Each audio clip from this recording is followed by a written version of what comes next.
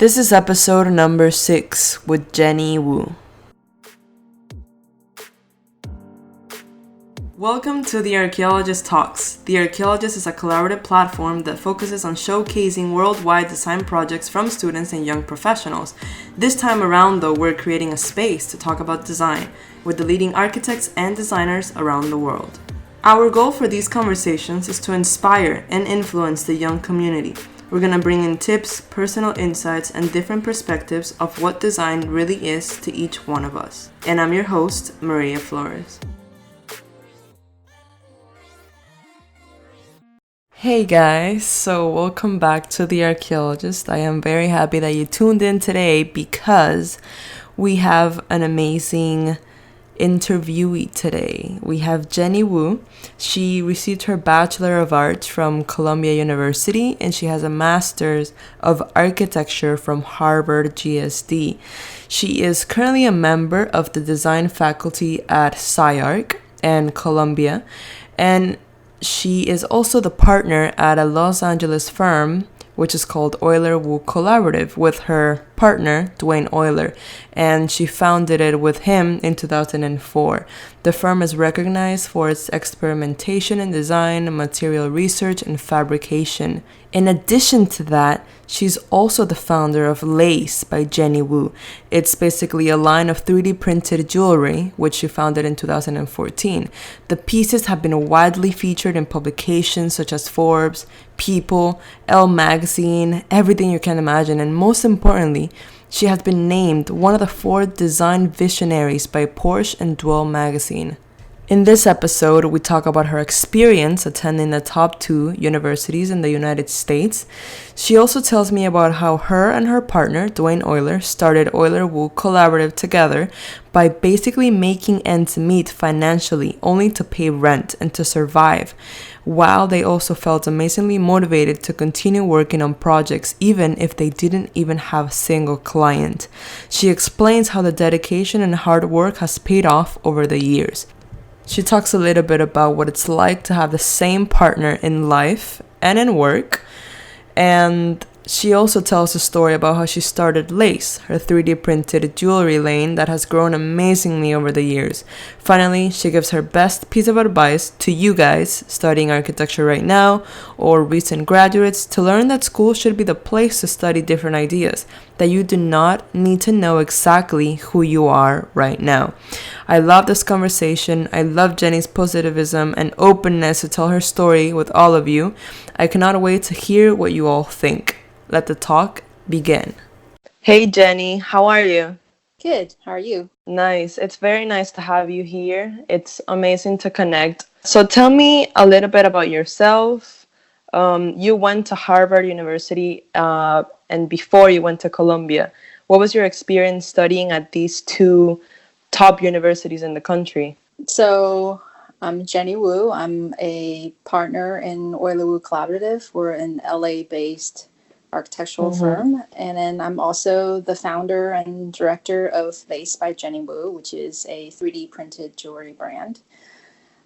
Just to get started, I did my studies at Columbia undergrad. I was a major in architecture, and then I did my MArch 1 at the Harvard GSD.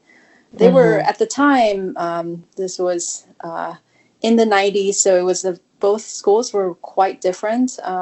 Columbia was had just started their paperless studio. It was a very exciting time at Columbia, and there was so many kind of exciting ideas and things that were happening at the school. So I was very fortunate to see it happen. And really? At that time it was paperless?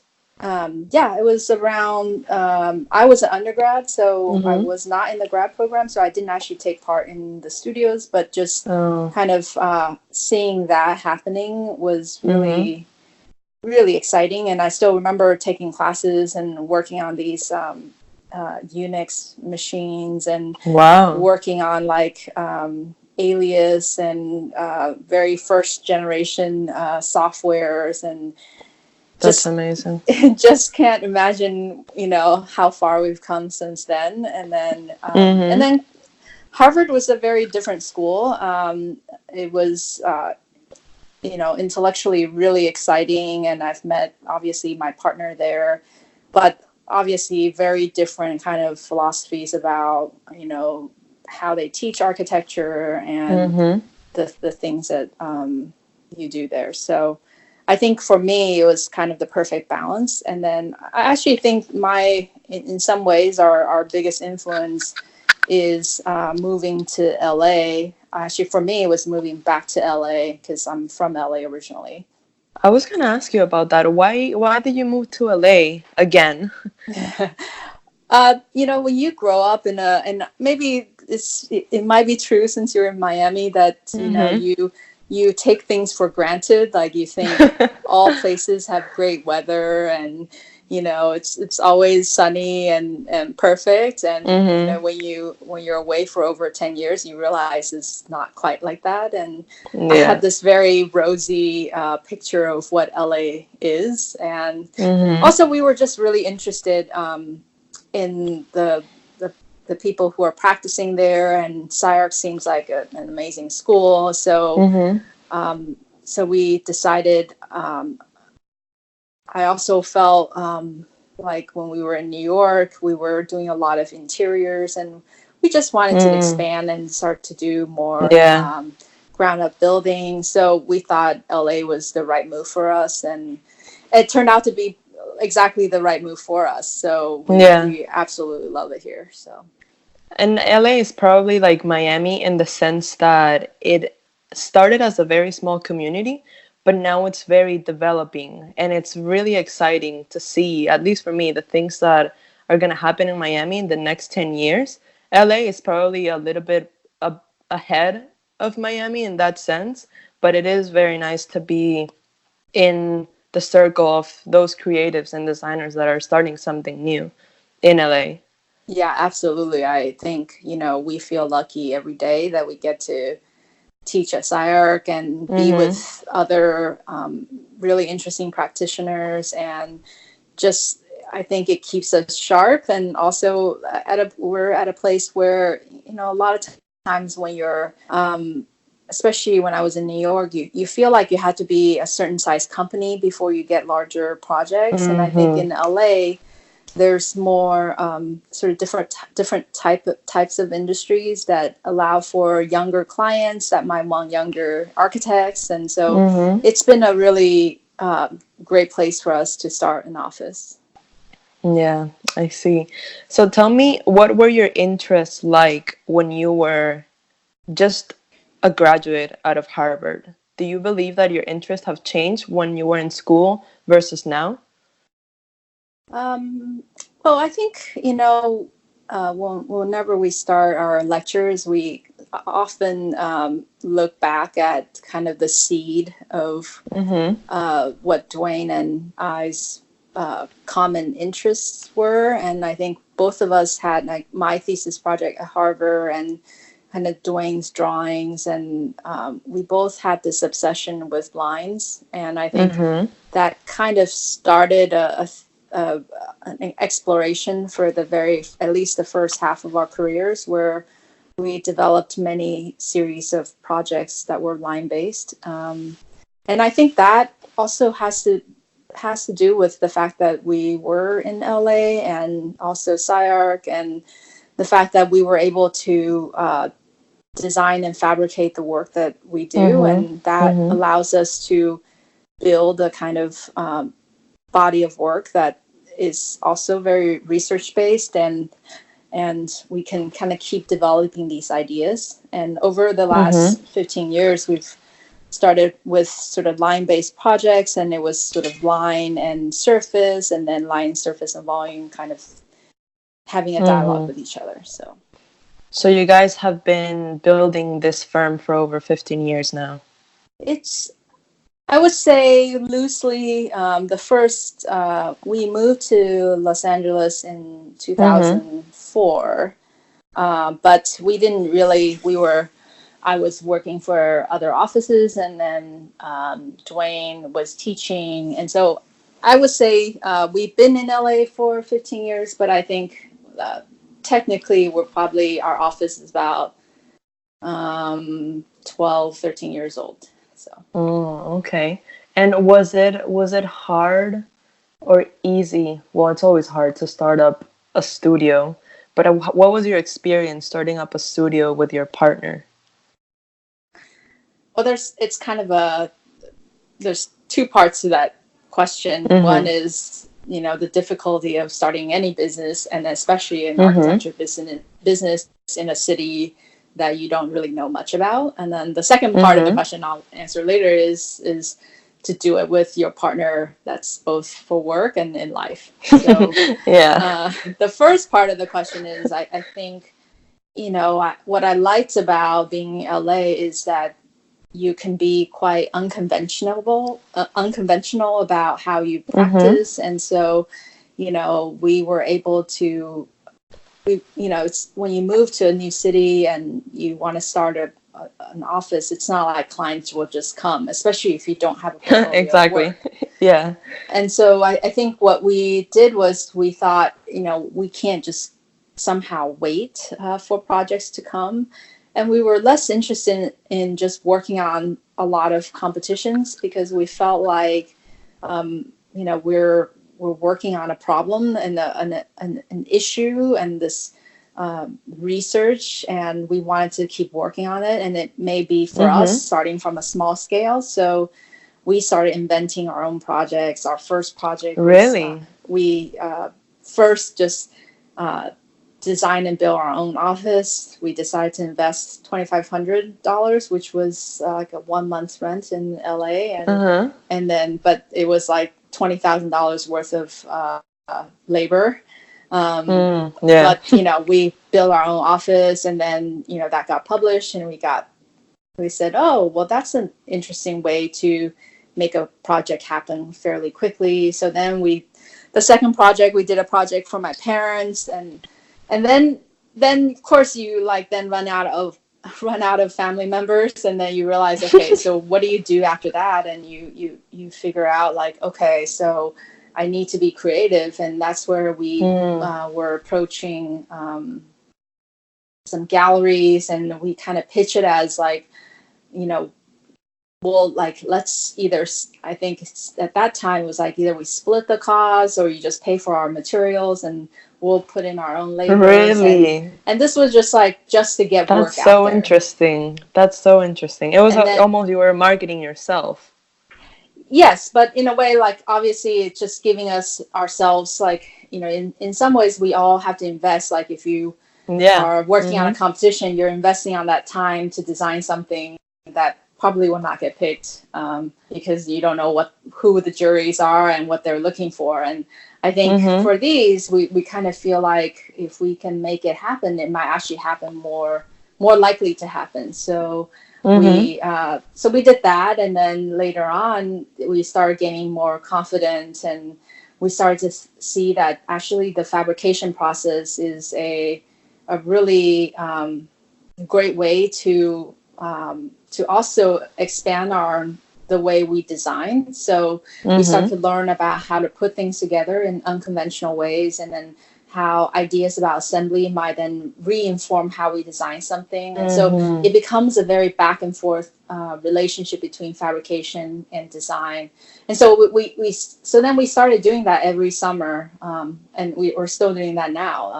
Less in the beginning, we did a lot more. Sometimes we do 2 to 3 projects a year, but now we're mostly working on larger building projects, but we'll pick out one Wow, or nice. two projects in the summer to build.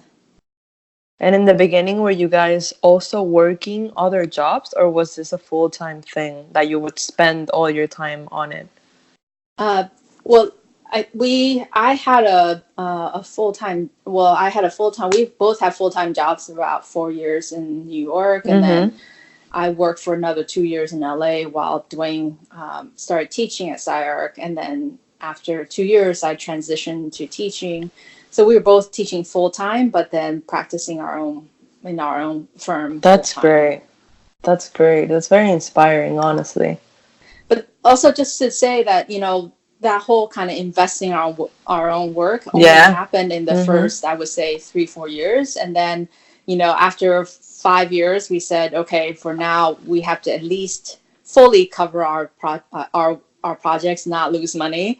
And then in the Yeah. next, and then that happened for another 3-4 years, and then now we are lucky to say we can take on only projects that actually will actually make money. That's So amazing. Did you ever feel unmotivated in the beginning to, let's say, keep on working when you weren't really getting, let's say, a paycheck out of it?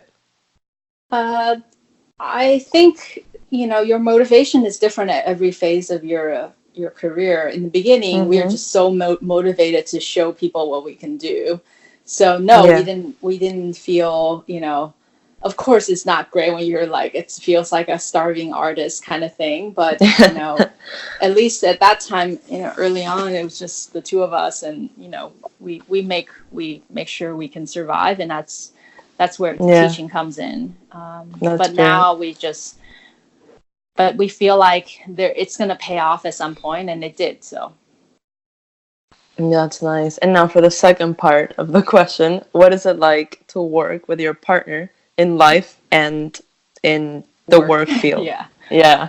Um, I think it's not for everyone, but for us, it's kind of the perfect combination. And Mm-hmm. I've seen other partnership where it doesn't work as well, and I think for us, because I met Dwayne in grad school, we were classmates, Mm-hmm. and in some ways, like when we first met, we were such different designers, and we called ourselves a collaborative because we felt like we were collaborating, and it's not like we're one person. Yeah.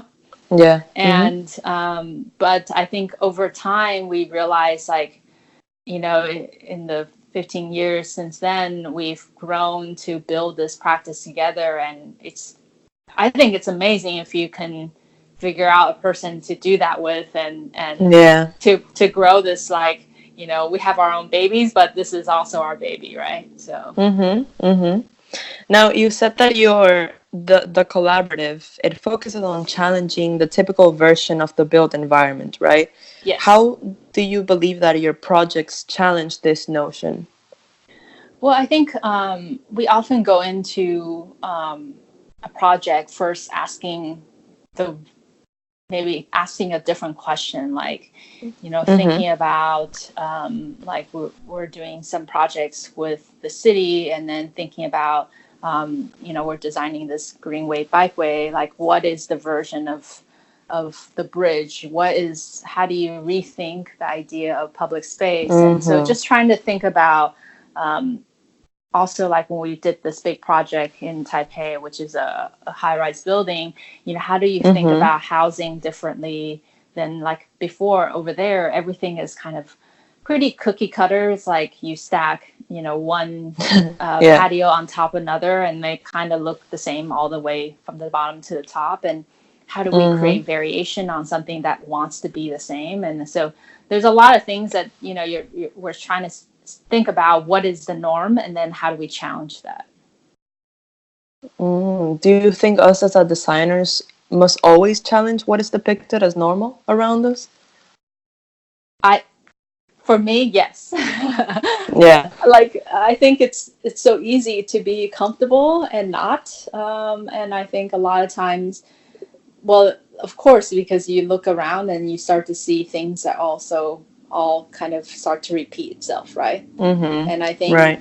the kind of, and there's different types of designer, and for the kind of designer I like to be, and especially someone who's trying to push the discipline, I think that's the question we have to Yes. ask all the time.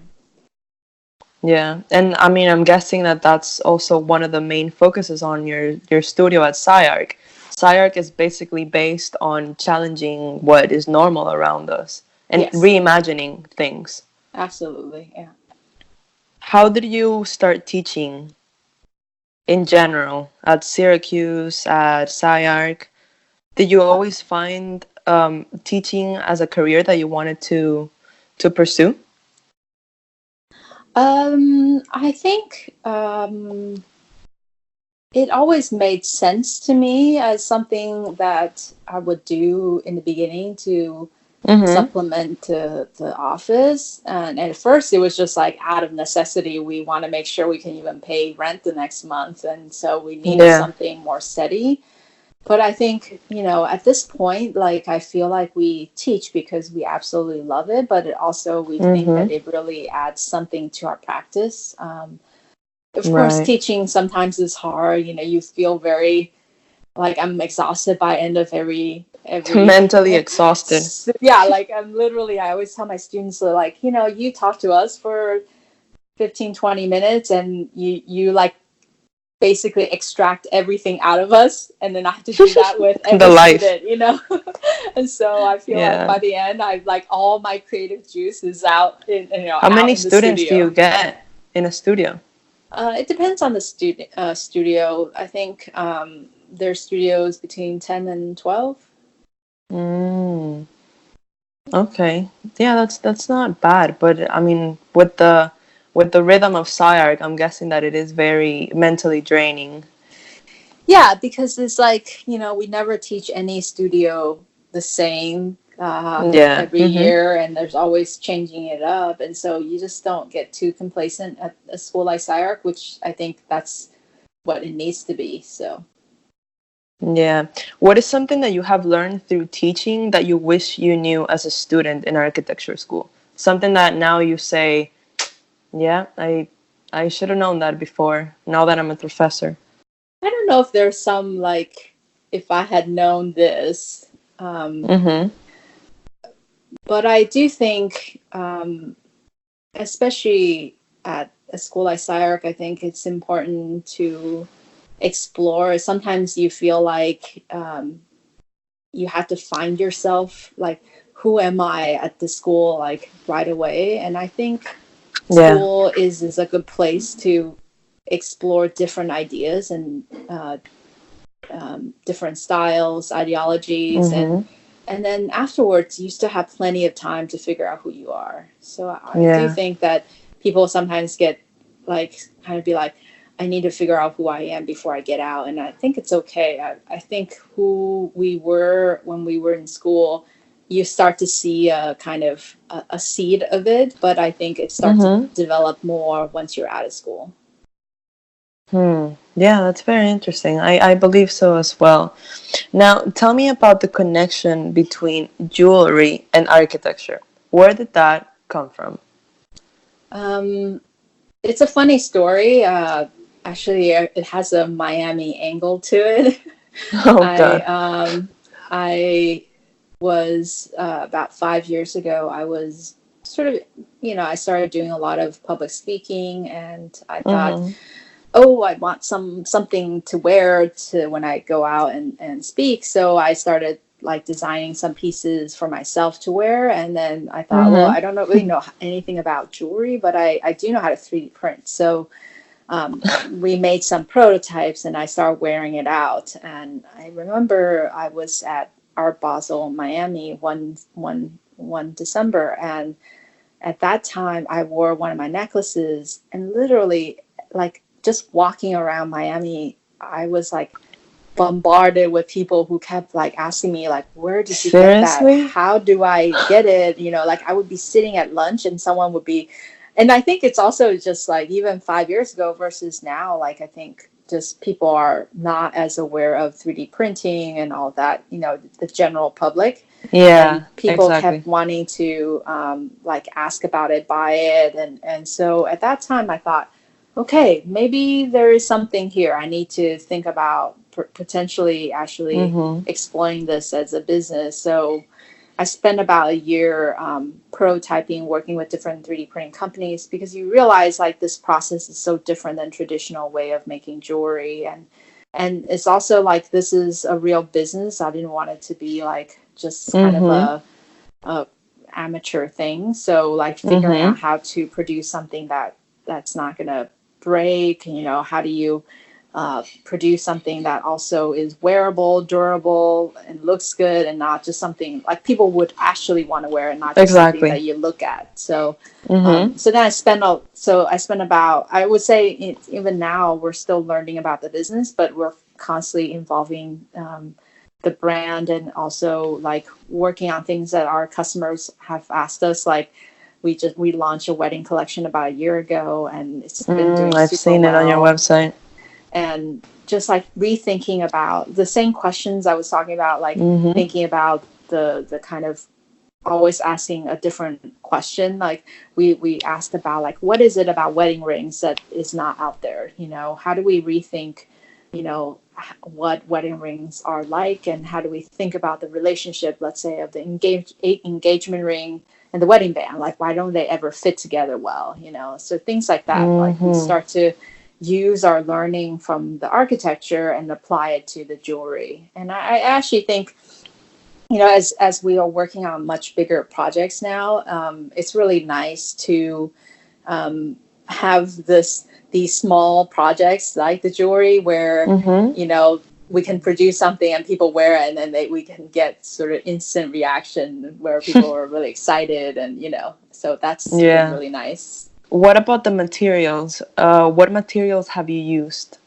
So when we first started, most of the kind of plastics, so like the nylons, and those were the common materials that you produce in 3D printing. And we found that over about a year that they were quite problematic in terms of just like durability, and we just didn't want to produce things. Even though they were cheap to produce, they felt cheap too. So we more or less only kept a couple of things that are still in the nylons, which are like earrings, because people love how light they are on the, like you can make the statement but without the weight. So we've kept those. But most of the rings, we have stopped producing them in the nylons. And then we've also we still kept producing these necklaces in a more flexible nylon material that actually it's a TPU material, so it will be soft on the skin when you wear it, and you don't even like, you can make a kind of bigger statement, but it doesn't like poke you and feel heavy.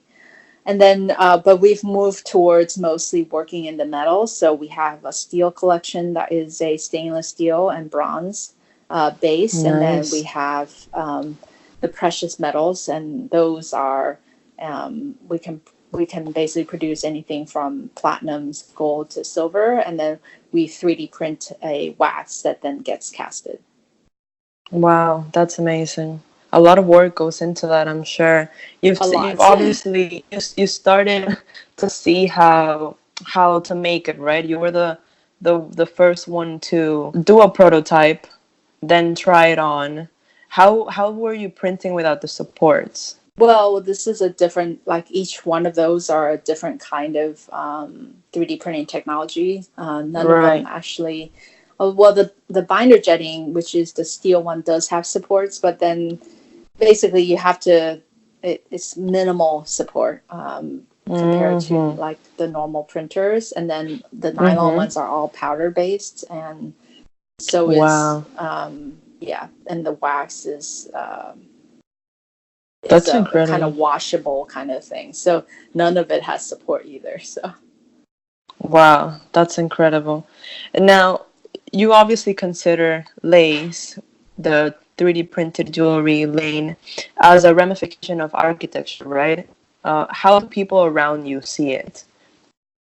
I think, I mean, I see lace as being sort of architecture on the body. And I think that people really like that, and people seems to understand that, because, you know, I think about like even a pair of earrings, like there's usually some subtle kind of twist or kind of way that we work on the way that we think about like how we assemble lines. Like a lot of jewelry are these kind of assembly of lines, and they're kind of maybe twisting it into each other. And then like we really work on these kind of edge conditions, everything that have like fine knife edges. And I think people appreciate that they can see that the details in the jewelry come from our sensibility in the architecture.